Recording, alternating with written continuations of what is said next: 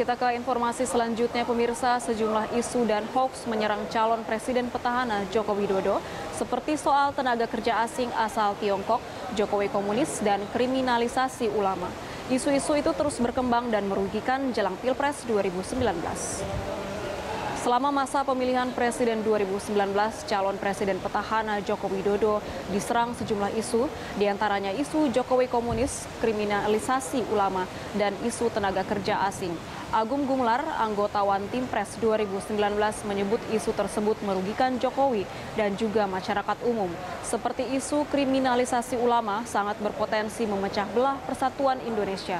Dalam kasus kriminalisasi agama, siapapun yang melanggar hukum sudah seharusnya diproses hukum, tidak ada istilah kriminalisasi agama.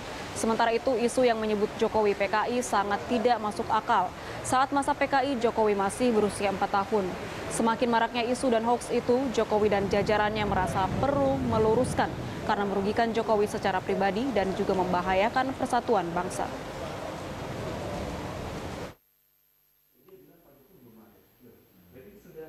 Ada isu dikembangkan, wah ini ada kriminalisasi ulama.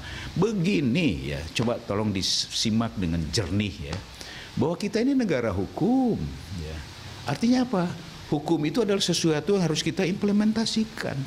Sesuatu yang tidak bisa dijadikan alat bargaining, alat kompromi. Hukum adalah sesuatu yang harus kita implementasikan. Artinya apa? Siapapun melanggar hukum, proses hukum dia.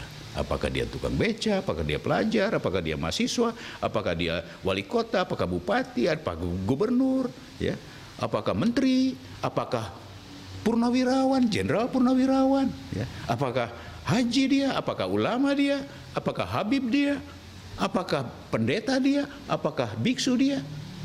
Siapapun melanggar hukum harus diproses hukum. Hukum adalah sesuatu yang harus kita implementasikan.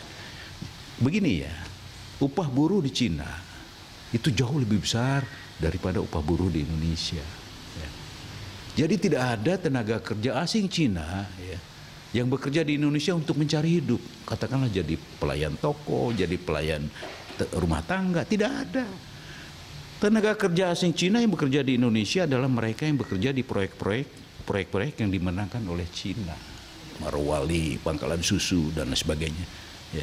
Sama juga ketika Wika, ya, BUMN kita dapat menang tender di Arab sana atau di Afrika sana, mereka membawa juga tenaga kerjanya dari Indonesia, tidak salah. Ya. Itu, ya. Jadi mengenai isu Cina ini saya rasa perlu diwaspadai betul, ya. Jangan kita diombang-ambing oleh isu, ya. Jangan kita dipecah belah oleh isu.